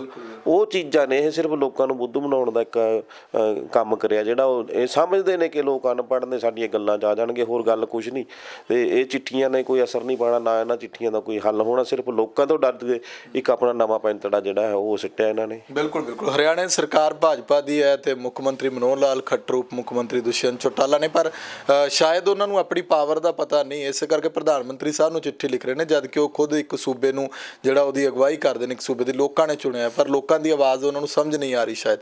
ਇਹ ਸਭ ਦੇ ਵਿਚਾਲੇ ਜਦੋਂ ਅਸੀਂ ਕਰੋਨਾ ਵਾਇਰਸ ਦੇ ਕੇਸਾਂ ਦੀ ਗੱਲ ਕਰਦੇ ਹਾਂ, ਭਾਜਪਾ 'ਤੇ ਸਵਾਲ ਬੜੇ ਉੱਠ ਰਹੇ ਨੇ ਕਿ ਇੱਕ ਤਾਂ ਪ੍ਰਧਾਨ ਮੰਤਰੀ ਸਾਹਿਬ ਆਪਣੀਆਂ ਰੈਲੀਆਂ ਕਰਨ ਤੋਂ ਨਹੀਂ ਰੋਕ ਰਹੇ, ਹਰ ਥਾਂ 'ਤੇ ਭਾਸ਼ਣ, ਸਵੇਰੇ ਭਾਸ਼ਣ, ਰੈਲੀਆਂ ਦੇ ਵਿੱਚ ਇਕੱਠ ਕਰਨ ਦਾ, ਤੇ ਸ਼ਾਮ ਨੂੰ ਜਾ ਕੇ ਕਹਿ ਦਿੰਦੇ ਨੇ ਕਿ ਕਰੋਨਾ ਵਾਇਰਸ ਫੈਲ ਰਿਹਾ, ਇਸ ਤੋਂ ਬਚਣ ਦੀ ਲੋੜ ਆ। ਸਾਡੇ ਮੋਬਾਈਲਾਂ 'ਤੇ ਵੀ ਰਿੰਗ ਜਿਹੜੀ ਵੱਜ ਪੈਂਦੀ ਹੈ। ਕੁੰਭ ਦੇ ਮੇਲੇ ਨੂੰ ਲੈ ਕੇ ਬੜੀਆਂ ਚਰਚਾਵਾਂ, ਖਬਰਾਂ ਪਿਛਲੇ ਹਾਲਾਂਕਿ ਜਿੱਦਣ ਤੋਂ ਸ਼ੁਰੂ ਹੋਇਆ ਉਦਣ ਤੋਂ ਹੀ ਨੇ, ਪਰ ਹੁਣ ਜ਼ਿਆਦਾ ਭੱਗ ਚੁੱਕਿਆ, ਕਿਉਂਕਿ ਜਦੋਂ ਭਾਜਪਾ ਦੇ ਅੰਦਰੋਂ ਗੱਲ ਉੱਠਣ ਲੱਗ ਜੇ, ਹਿਮਾਚਲ ਪ੍ਰਦੇਸ਼ ਦੇ ਜਿਹੜੇ ਸਾਬਕਾ ਮੁੱਖ ਮੰਤਰੀ ਨੇ ਸ਼ਾਂਤਾ ਕੁਮਾਰ, ਉਹਨਾਂ ਨੇ ਵੀ ਹੁਣ ਕਹਿ ਦਿੱਤਾ। BJP ਇਸ ਚੀਜ਼ ਨੂੰ ਸਮਝਣ ਲਈ ਤਿਆਰ ਕਿਉਂ ਨਹੀਂ? ਇਹ ਚੀਜ਼ ਨੂੰ ਕਿਉਂ ਅੱਗੇ ਵਧਾਇਆ ਗਿਆ ਜਦੋਂ ਪਤਾ ਸੀ ਕਿ ਕੁੰਭ ਦੇ ਮੇਲੇ ਦੌਰਾਨ ਇਹ ਕੁਝ ਹੋ ਸਕਦਾ? ਸਵਾਲ ਉੱਠਣਗੇ ਸਰਕਾਰ 'ਤੇ। ਤਬਲੀਗੀ ਜਮਾਤ ਦੇਖਿਓ ਤੁਸੀਂ, ਉਹਨੂੰ ਲੈ ਕੇ ਬਹੁਤ ਕੁਝ ਉੱਠਿਆ, ਅੱਜ ਉਹਨੂੰ ਸਭ ਭੁੱਲੀ ਬੈਠੇ ਨੇ। ਹੁਣ BJP ਨੂੰ ਕੋਈ ਸਵਾਲ ਨਹੀਂ ਪੁੱਛਦਾ। ਗੱਲ ਤਾਂ ਇਹੀ ਗੱਲ ਦਾ ਜਿਹੜਾ ਦੁੱਖ ਹੁੰਦਾ ਕਿ ਜਦੋਂ ਕਰੋਨਾ, ਤੁਹਾਨੂੰ ਪਤਾ, ਮਹਾਂਮਾਰੀ ਹੈ, ਤੁਸੀਂ ਹੋਰਨਾਂ ਥਾਵਾਂ ਤੇ ਵੀ ਤਾਂ ਰੋਕ ਲਾ ਰਹੇ ਹੋ। ਤਬਲੀਗੀ ਜਮਾਤ ਦੇ 2000 ਦੇ ਕਰੀਬ ਉੱਥੇ ਦਿੱਲੀ ਦੇ ਵਿੱਚੋਂ ਜਿਹੜਾ ਇੱਕ ਮਸਜਿਦ ਦੇ ਵਿੱਚੋਂ ਕਹਿੰਦੇ ਸੀ ਕੱਢੇ ਆ, ਮਸਾਂ ਭੱਜ ਗਏ, ਪਰਚੇ ਦਰਜ ਕਰੋ ਜੀ। ਉਹ ਮੀਡੀਆ ਨੇ ਦੇਖੋ ਕਿੱਦਾਂ ਉਹਦਾ ਮਜ਼ਾਕ ਬਣਾ ਕੇ ਰੱਖਤਾ ਸੀ ਵੀ ਇਹਨਾਂ ਨੇ ਹੀ ਸਾਰੇ ਦੇਸ਼ 'ਚ ਜਿਵੇਂ ਕਰੋਨਾ ਫੈਲਾਇਆ। ਬੰਦਾ ਲੈ ਗਿਆ ਜੀ ਕਰੋਨਾ, ਨਾਲ ਲੈ ਗਿਆ, ਉੱਥੇ ਫਲਾਣੇ ਬੰਦਿਆਂ ਨੂੰ ਮਿਲਿਆ, ਉੱਥੇ ਫਲਾਣੀ ਥਾਂ 'ਤੇ ਮਸਜਿਦ ਦੇ ਵਿੱਚ ਨਮਾਜ਼ ਅਦਾ ਕਰਦੇ ਉੱਥੇ ਦੇਖਿਆ ਗਿਆ ਜਾਣੀ ਕਿ ਉਹ ਦੂਜੀ ਜਿਹੜੀ ਇੱਕ ਪਾੜ ਪਾਉਣ ਵਾਲੀ ਰਾਜਨੀਤੀ ਸੀ, ਉਦੋਂ ਮੀਡੀਆ ਨੇ ਪੂਰਾ ਰੋਲ ਨਿਭਾਇਆ ਸੀ। ਹੁਣ 20 ਤੋਂ 25 ਲੱਖ ਲੋਕਾਂ ਨੇ ਇਸ਼ਨਾਨ ਕਰਿਆ। ਪਹਿਲੀ ਤਾਂ ਗੱਲ, ਤੁਸੀਂ ਕਿਹਦੀ ਰਿਪੋਰਟ ਚੈੱਕ ਕਰੀ? ਜੇ ਸਾਰੇ ਮੰਨ ਲਏ, ਆਪਾਂ ਨੇ ਸਾਰਿਆਂ ਨੇ ਲੈ ਕੇ ਆਏ ਸੀ ਨੈਗੇਟਿਵ ਰਿਪੋਰਟ ਜੀ, ਕਿਸੇ ਦੀ ਚੈੱਕ ਹੋਈ? ਕੋਈ ਕਿਹਨੇ ਚੈੱਕ ਕਰੀ? ਕਿਹਨੇ ਦੇਖਿਆ? ਭੱਜੇ ਫਿਰਦੇ ਨੇ ਉੱਥੇ, ਮਤਲਬ ਸਾਹ ਲੈਣ ਨੂੰ ਵੀ ਥਾਂ ਨਹੀਂ ਸੀ ਦੇਖਿਆ ਜਾਂਦਾ, ਇੰਨੀ ਭੀੜ ਸੀਗੀ ਇੱਥੇ। ਹਾਲਾਂਕਿ ਹੁਣ ਜਦੋਂ 2 ਸ਼ਾਹੀ ਇਸ਼ਨਾਨ ਹੋ ਗਏ, ਠੀਕ ਹੈ, ਜਿੱਦਾਂ ਚਾਹੁੰਦੇ ਸੀ ਉੱਦਾਂ ਹੋ ਗਿਆ। ਹੁਣ ਪ੍ਰਧਾਨ ਮੰਤਰੀ ਆ ਕੇ ਕਹਿ ਰਹੇ ਨੇ ਕਿ ਉਹ ਘਟਾਉਣ ਇਹਨੂੰ ਸੰਕੇਤਕ, ਹਾਂ, ਉਸ ਤਰ੍ਹਾਂ ਕਰਨ, ਜੋ ਅਖਾੜਿਆਂ ਨੂੰ ਅਪੀਲ ਕਰਨੀ। ਹੁਣ ਅਪੀਲ ਦੀ ਕੀ ਲੋੜ ਰਹੇਗੀ? ਤੁਸੀਂ ਵਿਆਹ ਸ਼ਾਦੀਆਂ ਦੇ ਵਿੱਚ ਤਾਂ 50-20 ਬੰਦੇ ਕਰਤੇ ਅਨਾਊਂਸ, ਉੱਥੇ ਤੁਸੀਂ ਇਹਦਾ ਮਤਲਬ ਤਾਂ ਸਾਫ਼ ਹੈ ਕਿ ਤੁਸੀਂ ਜਿਹੜਾ ਹੈਗਾ ਇੱਕ ਤਬਕੇ ਨੂੰ ਨਾਲ ਲੈ ਕੇ ਤੁਰੇ ਹੋਏ ਹੋ। ਤੁਸੀਂ ਉਸ ਤਬਕੇ ਤੋਂ ਵੋਟ ਹਾਸਲ ਕਰਨੀ ਹੈ, ਤੁਸੀਂ ਉਹਦੇ ਤੇ ਕੋਈ ਰੋਕ ਨਹੀਂ ਲਾ ਸਕਦੇ। ਤੁਸੀਂ ਕਹਿੰਦੇ ਮਤਲਬ ਤੁਹਾਡਾ ਮਕਸਦ ਇੱਕੋ ਇੱਕ ਹੈ ਕਿ ਇਹ ਤਬਕਾ ਜੋ ਮਰਜ਼ੀ ਕਰੇ, ਖੁੱਲ੍ਹੀ ਛੁੱਟੀ ਹੈ, ਅਸੀਂ ਤੋਂ ਵੋਟ ਲੈਣੀ ਹੈ, ਬਾਕੀ ਦੱਬ ਕੇ ਰੱਖੋ। ਇਹ ਤੁਹਾਡਾ ਮਨਸ਼ਾ ਸਾਬਤ ਹੋ ਰਹੀ ਹੈ। ਹਾਲਾਂਕਿ ਜਿਹੜੇ ਬਾਕੀ ਅਖਾੜੇ ਨੇ, ਜਿਵੇਂ ਜੂਨਾ ਅਖਾੜਾ, ਟਾਲਾ, ਜਾਗਨੀ ਹੈ, 1-2 ਹੋਰ ਅਖਾੜੇ, 6 ਦੇ ਅਖਾੜੇ ਕਰੀਬ ਨੇ ਜਿਨ੍ਹਾਂ ਨੇ ਤਾਂ ਬੰਦ ਕਰਨ ਦਾ ਐਲਾਨ ਕਰਤਾ। ਕੋਈ ਬਰਾਗੀ ਅਖਾੜਾ ਹੈਗਾ ਜਿਹੜਾ ਉਹ ਕਹਿੰਦਾ ਜੀ ਹਾਲੇ ਬਹੁਤ ਘੱਟ ਲੋਕ ਸਾਡੇ ਇਸ਼ਨਾਨ ਕਰਨਗੇ, ਲੇਕਿਨ ਇਹ ਚੱਲ ਰਿਹਾ ਹੈ। ਇਹਦੇ ਤੇ ਕੋਈ ਰੋਕ ਨਹੀਂ। ਇੱਥੋਂ ਨਾ DC ਪੁੱਛ ਰਿਹਾ ਕੋਈ, ਨਾ SDM ਪੁੱਛ ਰਿਹਾ, ਨਾ ਕੋਈ ਕਮਿਸ਼ਨਰ ਪੁੱਛ ਰਿਹਾ, ਨਾ ਕੋਈ MLA, ਨਾ MP, ਨਾ ਕੋਈ ਵਿਰੋਧੀ ਧਿਰ। ਸਾਰਿਆਂ ਨੂੰ ਵੋਟ ਬੈਂਕ ਦਿਖ ਰਿਹਾ। ਸਾਫ਼ ਗੱਲ ਤਾਂ ਇਹ ਹੈ, ਵੋਟ ਬੈਂਕ ਦਿਖ ਰਿਹਾ। ਤੇ ਇਹ ਗੱਲ ਲੋਕਾਂ ਨੂੰ ਵੀ ਸਮਝਣੀ ਚਾਹੀਦੀ ਹੈ ਕਿ ਭਾਈ ਜੇ ਤੁਸੀਂ ਇਕੱਠੇ ਰਹੋਗੇ, ਤੁਸੀਂ ਜਾਤ ਪਾਤ ਧਰਮ ਦੇ ਕੋਡ ਚੋਂ ਨਿਕਲ ਕੇ ਪਾਸੇ ਹਟ ਦੋਗੇ, ਇਕੱਠ ਦਿਖਾ ਦੋਗੇ ਆਪਣਾ, ਤਾਂ ਇਹ ਤੁਹਾਡੇ ਮਗਰ ਰਹਿਣਗੇ। ਜਿਵੇਂ ਇਹਨਾਂ ਨੂੰ ਇਕੱਠ ਉੱਥੇ ਦਿਖਦਾ ਹੈ, ਇਹ ਪਿੱਛੇ ਨੇ, ਸਰਕਾਰ ਪੂਰੀ ਦੀ ਪੂਰੀ ਪਿੱਛੇ ਆ। ਉੱਥੇ ਸ਼ਾਹੀ ਇਸ਼ਨਾਨ ਦੇ ਵਿੱਚ ਆਪ ਵੀ ਇਹਨਾਂ ਦੇ ਮੰਤਰੀ ਜਾ ਰਹੇ, ਇਸ਼ਨਾਨ ਕਰ ਰਹੇ ਨੇ। ਤਾਂ ਇਹ ਸਾਰੇ ਮਗਰ ਨੇ ਉਸ ਭੀੜ ਦੇ, ਕਿਉਂਕਿ ਵੋਟ ਦਿਖ ਰਹੀ ਹੈ। ਜੇ ਲੋਕ ਇਕੱਠੇ ਹੋ ਜਾਣ ਆਪਸੀ ਪਿਆਰ ਨਾਲ ਬਣਾ ਕੇ, ਤੇ ਇਹ ਸਰਕਾਰਾਂ ਤਾਂ ਪਿੱਛੇ ਆਉਣਗੀਆਂ ਹੀ ਆਉਣਗੀਆਂ। ਤੇ ਇਹ ਸਭ ਇੱਕ ਦੂਜੀਆਂ ਥਾਵਾਂ ਦੇ ਉੱਤੇ, ਧਾਰਮਿਕ ਥਾਵਾਂ ਦੇ ਉੱਤੇ ਰੋਕ ਲਾਤੀ, ਦੂਜੀਆਂ ਹੋਰ ਸਾਰੇ ਫੰਕਸ਼ਨਾਂ 'ਤੇ ਰੋਕ ਲਾਤੀ, ਕਾਰੋਬਾਰ ਠੱਪ ਕਰ ਸਕਦੇ, ਸਕੂਲ ਬੰਦ ਕਰਤੇ। ਸਕੂਲ ਬੰਦ ਕਰਨ ਦਾ ਮਕਸਦ ਕੀ ਸੀ? ਲੋਕਾਂ ਨੂੰ ਪੜ੍ਹਾਈ ਤੋਂ ਪਰੇ ਕਰ ਦਿਓ, ਅਨਪੜ੍ਹ ਰਹਿਣ, ਵਧੀਆ ਗੱਲ ਹੈ। ਆ ਪਾਸ ਕਰਕੇ ਪ੍ਰਮੋਟ ਕਰਕੇ ਭੇਜਤੇ। ਕਾਰਨ ਕੀ ਆ? ਬਸ ਇਹੀ ਵੀ ਜੇ ਇਹ ਪੜ੍ਹ ਨਾ ਜਾਣ, ਕੁਐਸਚਨ ਨਾ ਕਰਨ, ਆਈਂ ਕਰ ਦੋ, ਅੱਗੇ ਜਾਈ ਜਾਣ ਦੋ, ਅੱਗੇ ਜਿਹੜਾ ਜਾਂਦਾ ਚਲੇ ਗਏ, ਅੱਗੇ ਜਾ ਕੇ ਨੌਕਰੀਆਂ ਮੰਗਣਗੇ। ਹੁਣ ਇਹਨਾਂ ਦੀ ਕੁਆਲੀਫਿਕੇਸ਼ਨ ਜਾਂ ਇਹਨਾਂ ਦਾ ਜਿਹੜਾ ਆਪਾਂ ਕਹਿ ਲਓ ਕਿ ਐਗਜ਼ਾਮ ਹੱਲ ਕਰਨ ਦਾ ਜਾਂ ਆਪਣੀ ਕਾਬਲੀਅਤ ਦਿਖਾਉਣ ਦਾ ਸਮਾਂ ਸੀਗਾ, ਉਹ ਠੱਪ ਕਰਦਾ। ਉਹਨਾਂ ਦੇ ਦਿਮਾਗ ਡੱਲ ਹੋਣਗੇ। ਹੁਣ ਸਾਰਾ ਕੁਛ ਸੋਚਿਆ ਸਮਝਿਆ ਹੁੰਦਾ ਇਹਨਾਂ ਦਾ, ਆਪਾਂ ਸੋਚ ਨਹੀਂ ਸਕਦੇ।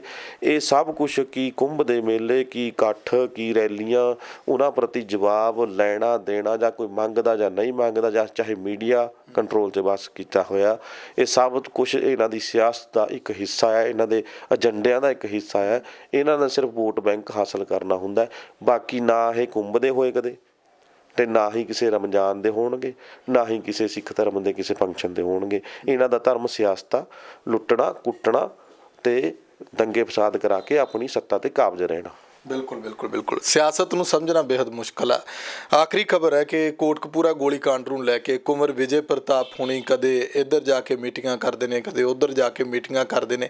ਉਹਨਾਂ ਮੀਟਿੰਗਾਂ ਤੇ ਵੀ ਸਵਾਲ ਬੜੇ ਤਰ੍ਹਾਂ ਦੇ ਖੜੇ ਹੁੰਦੇ ਨੇ ਕਿ ਇੰਨੀਆਂ ਮਿਲਣੀਆਂ ਜਿਹੜੀਆਂ ਨੇ ਉਹ ਕਿਉਂ ਹੋ ਰਹੀਆਂ ਨੇ ਸਭ ਦੇ ਵਿਚਾਲੇ। ਹਾਲਾਂਕਿ ਪਹਿਲਾਂ ਇੰਨੇ ਜਨਤਕ ਨਹੀਂ ਦੇਖੇ ਗਏ ਜਿੰਨੇ ਹੁਣ ਪਿਛਲੇ ਕੁਝ ਦਿਨਾਂ ਤੋਂ ਅਸਤੀਫਾ ਦੇਣ ਤੋਂ ਪਹਿਲਾਂ ਤੇ ਅਸਤੀਫਾ ਦੇਣ ਤੋਂ ਬਾਅਦ ਤੱਕ ਜੋ ਗੁਜ਼ਾਰਿਆ। ਇਹਨੂੰ ਕਿੱਦਾਂ ਦੇਖਦੇ ਹੋ? ਇਹਨੇ ਪੰਜਾਬ ਦੀ ਸਿਆਸਤ ਦੇ ਵਿੱਚ ਪੂਰੀ ਤਰ੍ਹਾਂ ਹਲਚਲ ਮਚਾਈ ਹੋਈ ਹੈ। ਅਕਾਲੀ ਦਲ ਵਾਰ-ਵਾਰ ਆ ਕੇ ਆਪਣੀਆਂ ਸਫਾਈਆਂ ਪੇਸ਼ ਕਰ ਰਿਹਾ। ਅਕਾਲੀ ਦਲ ਜਿਹੜਾ ਭਾਵੇਂ ਬੈਕਫੁੱਟ ਤੇ ਸੀ, ਪਰ ਇਸ ਚੀਜ਼ ਨੇ ਉਹਨਾਂ ਨੂੰ ਇੱਕ ਮੌਕਾ ਦੇ ਦਿੱਤਾ ਬੋਲਣ ਦਾ। ਆਮ ਆਦਮੀ ਪਾਰਟੀ ਆਪਣੇ ਸਵਾਲ ਖੜੇ ਕਰਦੀ ਹੈ, ਬਾਕੀ ਦਲ ਜਿਹੜੇ ਨੇ ਉਹ ਕਹਿੰਦੇ ਨੇ ਤਾਂ ਮਿਲੇ ਹੋਏ ਨੇ, ਅਸੀਂ ਤਾਂ ਪਹਿਲਾਂ ਹੀ ਕਲੀਅਰ ਕਰਦੇ ਹਾਂ। ਦੇਖੋ, ਜਿਹੜਾ ਕੁੰਵਰ ਵਿਜੇ ਪ੍ਰਤਾਪ ਦਾ ਗਵਰਨਰ ਨੂੰ ਜਾਂ ਸਪੀਕਰ ਨੂੰ ਮਿਲਣਾ, ਜਿਹੜਾ ਹੈਗਾ ਰਾਣਾ KP ਨੂੰ ਮਿਲਣਾ, ਬਦਨੌਰ ਨੂੰ ਮਿਲਣਾ, ਇਹ ਕਈ ਤਰ੍ਹਾਂ ਦੇ ਸਵਾਲ ਖੜੇ ਕਰਦਾ। ਹਾਲਾਂਕਿ ਜਦੋਂ ਸਿੱਟ ਤਾਂ ਪਹਿਲਾਂ ਕਾਇਮ ਸੀਗੀ, ਉਹਦੀ ਅਗਵਾਈ ਵੀ ਇਹ ਕਰਦੇ ਸੀਗੇ। ਜਾਂ ਤਾਂ ਉਦੋਂ ਮਿਲੇ ਨਹੀਂ ਜਾਂ ਉਦੋਂ ਨਿਗਾਹ 'ਚ ਨਹੀਂ ਆਏ। ਪਰ ਹੁਣ ਹਰ ਇੱਕ ਫੇਰੀ 'ਤੇ ਨਿਗਾਹ ਰੱਖੀ ਜਾ ਰਹੀ ਹੈ। ਹਰ ਇੱਕ ਫੇਰੀ ਦੇ ਉੱਤੇ ਬਕਾਇਦਾ ਤੌਰ 'ਤੇ ਪ੍ਰੈਸ ਨਾਲ ਵੀ ਇੱਕ ਜਿਹੜੇ ਗਿਣਵੇਂ ਚੁਣਵੇਂ ਬੰਦੇ ਨੇ ਉਹਨਾਂ ਨਾਲ ਵੀ ਮੁਖਾਤਿਬ ਹੋ ਰਹੇ ਨੇ, ਉਹਨਾਂ ਨਾਲ ਗੱਲਬਾਤ ਕਰ ਰਹੇ ਨੇ।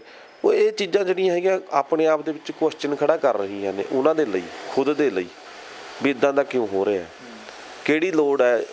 ਜੇ ਤੁਸੀਂ ਅਸਤੀਫਾ ਦਿੱਤਾ, ਅਸਤੀਫਾ ਦੇ ਕੇ ਜੇ ਤੁਸੀਂ ਮੰਨ ਲਓ ਕਿ ਰਾਜਨੀਤੀ ਦੇ ਵਿੱਚ ਆਉਣਾ ਵੀ ਚਾਹੁੰਦੇ ਹੋ ਤਾਂ ਫਿਲਹਾਲ ਦੀ ਘੜੀ ਅੱਜ ਤੁਹਾਡੀ ਜਿਹੜੀ ਇੱਕ ਆਪਾਂ ਕਹਿ ਸਕਦੇ ਕਿ ਰੈਪੂਟੇਸ਼ਨ ਹੈ ਜਾਂ ਤੁਹਾਡਾ ਵਿਅਕਤੀਤਵ ਜਿਹੜਾ ਹੈਗਾ ਉਹ ਪੰਜਾਬ ਦੇ ਲੋਕਾਂ ਦੇ ਵਿੱਚ ਇੱਕ ਬਹੁਤ ਵੱਡਾ ਬਣਿਆ ਹੋਇਆ। ਤੁਹਾਨੂੰ ਬੜੀ ਵੱਡੀ ਥਾਂ ਮਿਲੀ ਹੋਈ ਹੈ। ਇਵਨ ਕਿ ਨਵਜੋਤ ਸਿੰਘ ਸਿੱਧੂ ਦੇ ਉੱਪਰ ਵੀ ਜਾ ਕੇ ਉਹ ਥਾਂ ਦੇਤੀ ਲੋਕਾਂ ਨੇ, ਇਮਾਨਦਾਰੀ ਦੇ ਨਾਂ 'ਤੇ ਤੁਹਾਨੂੰ ਦੇਤੀ। ਤਾਂ ਇਹ ਲੋਕਾਂ ਨਾਲ ਮਿਲ ਕੇ ਤੁਸੀਂ ਜਿਹੜੇ ਕਰਪਟ ਬੰਦੇ ਨੇ ਜਾਂ ਕਹਿ ਲਓ ਕਿ ਕਿਸੇ ਖਾਸ ਪਾਰਟੀ ਦੇ ਲਈ ਏਜੰਡੇ ਦੇ ਹੀ ਕੰਮ ਕਰਦੇ ਨੇ, ਹੈ ਨਾ, ਉਹਨਾਂ ਨੂੰ ਜਾ ਕੇ ਮਿਲਣਾ, ਉਹ ਵੀ ਇੱਕ ਨਿੱਜੀ ਤੌਰ 'ਤੇ ਮਿਲਣਾ, ਆਪਣੀ ਪੋਸਟ ਨੂੰ ਨਾਲ ਲੈ ਕੇ ਨਾ ਜਾਣਾ ਔਰ ਪਰਸਨਲੀ ਜਾ ਕੇ ਔਰ ਕਹਿਣਾ ਪ੍ਰੈਸ ਦੇ ਵਿੱਚ ਜਾ ਕੇ ਕਿੰਨ ਮਿਲਣਾ। ਹੋ ਸਕਦਾ ਤੁਹਾਡੀ ਆਪਣੀ ਕੋਈ ਰਣਨੀਤੀ ਹੋਵੇ ਅਗਲੀ, ਆਪਾਂ ਇਹ ਨਹੀਂ ਕਹਿ ਸਕਦੇ, ਹਰ ਇੱਕ ਬੰਦੇ ਨੂੰ ਅਧਿਕਾਰ ਹੁੰਦਾ, ਪਰੰਤੂ ਸਿੱਟ ਨਾਲ ਕਾਇਮ ਹੋ ਕੇ ਉੱਥੇ ਸਿੱਟ ਦੇ ਮੈਂਬਰਾਂ ਪ੍ਰਤੀ ਜਾਂ ਸਿੱਟ ਬਾਰੇ ਗੱਲਬਾਤ ਕਰਦੇ ਹੋ ਬਾਹਰ ਆ ਕੇ, ਅਤੇ ਉੱਦਾਂ ਵੀ ਕਿਹਾ ਗੁਪਤ ਤੌਰ 'ਤੇ ਦੌਰੇ ਰੱਖਦੇ ਹੋ। ਅਤੇ ਇਹ ਚੀਜ਼ਾਂ ਕਾਫੀ ਸਵਾਲ ਖੜੇ ਕਰਦੀਆਂ ਨੇ ਕਿ ਪੰਜਾਬ 'ਚ ਆਉਣ ਵਾਲੇ ਦਿਨਾਂ ਦੇ ਵਿੱਚ ਕੀ ਹੋ ਰਿਹਾ, ਕੀ ਕਿਸੇ ਨੂੰ ਹੀਰੋ ਤਾਂ ਨਹੀਂ ਬਣਾਇਆ ਜਾ ਰਿਹਾ ਖਾਮ ਖਾ, ਕੀ ਕਿਸੇ ਨੂੰ ਅੱਗੇ ਤਾਂ ਨਹੀਂ ਲੈ ਕੇ ਆਉਣਾ, ਕੀ ਇਹਦੇ ਪਿੱਛੇ ਕੋਈ ਰਾਜਨੀਤਿਕ ਏਜੰਡਾ ਤਾਂ ਨਹੀਂ ਹੈਗਾ, ਕਿ ਬੀਜੇਪੀ ਤਾਂ ਨਹੀਂ ਚੱਲ ਰਹੀ ਕੁਛ।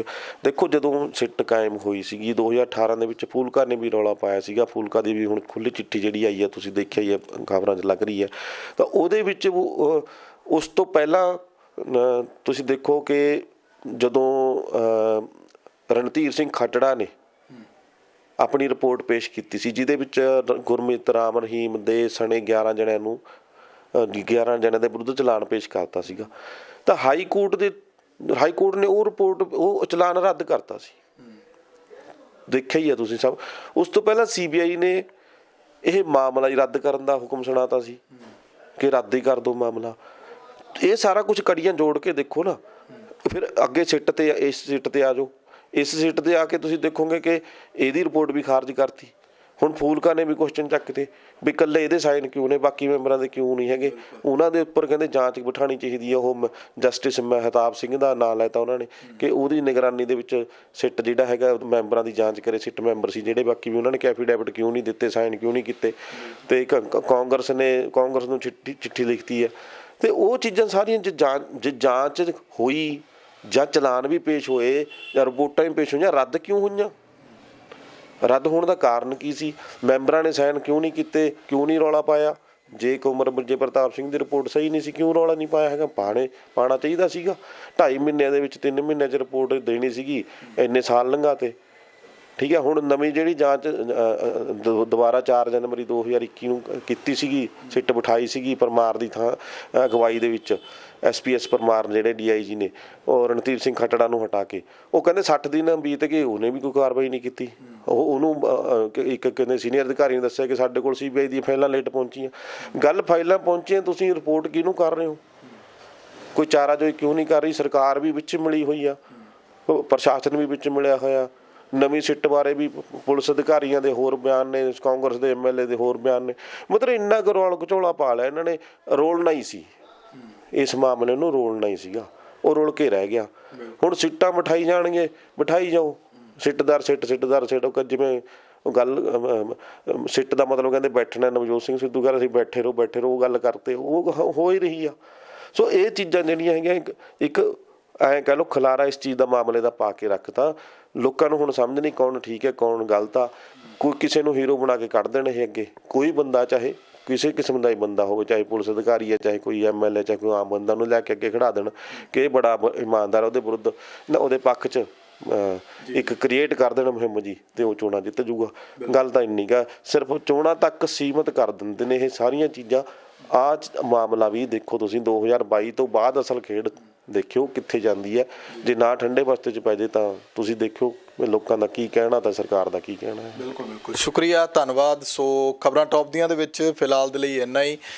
ਕੁਮਰ ਵਿਜੇ ਪ੍ਰਤਾਪ ਹੋਣਾ ਵੱਲੋਂ ਜਿਹੜੀ ਜਾਂਚ ਕੀਤੀ ਗਈ ਹੈ ਉਹ ਵੀ ਸਵਾਲਾਂ ਦੇ ਘੇਰੇ ਵਿੱਚ ਹੈ ਕਿ ਜੇਕਰ ਬਾਦਲ ਦੋਸ਼ੀ ਨਹੀਂ ਤਾਂ ਰੌਲਾ ਕਿਉਂ, ਤੇ ਜੇ ਦੋਸ਼ੀ ਨੇ ਤਾਂ ਫਿਰ ਕਾਰਵਾਈ ਕਿਉਂ ਨਹੀਂ? ਸਰਕਾਰ ਵੀ ਘੇਰੇ ਵਿੱਚ ਆਉਂਦੀ ਹੈ, ਜਿਹੜੀ ਚਲਾਨ ਪੇਸ਼ ਹੋਇਆ ਉਸ ਨੂੰ ਲੈ ਕੇ ਵੀ ਕੁੰਵਰ ਵਿਜੇ ਪ੍ਰਤਾਪ ਤੇ ਉਂਗਲ ਉੱਠਦੀ ਹੈ। ਹੁਣ ਪਰਦੇ ਦੇ ਪਿੱਛੇ ਕੀ ਚੱਲਦਾ ਇਹਦੇ ਬਾਰੇ ਅੱਗੇ ਹੌਲੀ ਪਰਤਾਂ ਖੁੱਲਣਗੀਆਂ, ਭਾਵੇਂ ਉਹ 2022 ਤੋਂ ਬਾਅਦ ਖੁੱਲਣ ਜਾਂ ਉਸ ਤੋਂ ਪਹਿਲਾਂ ਖੁੱਲਣ। ਇਹਦੇ ਨਾਲ ਪੰਜਾਬ ਦੀ ਸਿਆਸਤ ਯਕੀਨਨ ਤੌਰ ਤੇ ਬਦਲਣ ਵਾਲੀ ਹੈ। ਤੁਸੀਂ ਆਪਣੇ ਵਿਚਾਰ ਕਮੈਂਟ ਜ਼ਰੂਰ ਕਰਿਓ। ਲੋਕ ਰਾਣ ਚੈਨਲ ਪੰਜਾਬੀ ਨੂੰ ਸਬਸਕ੍ਰਾਈਬ ਕਰੋ। ਮੈਨੂੰ ਇਜਾਜ਼ਤ ਦਿਓ। ਧੰਨਵਾਦ।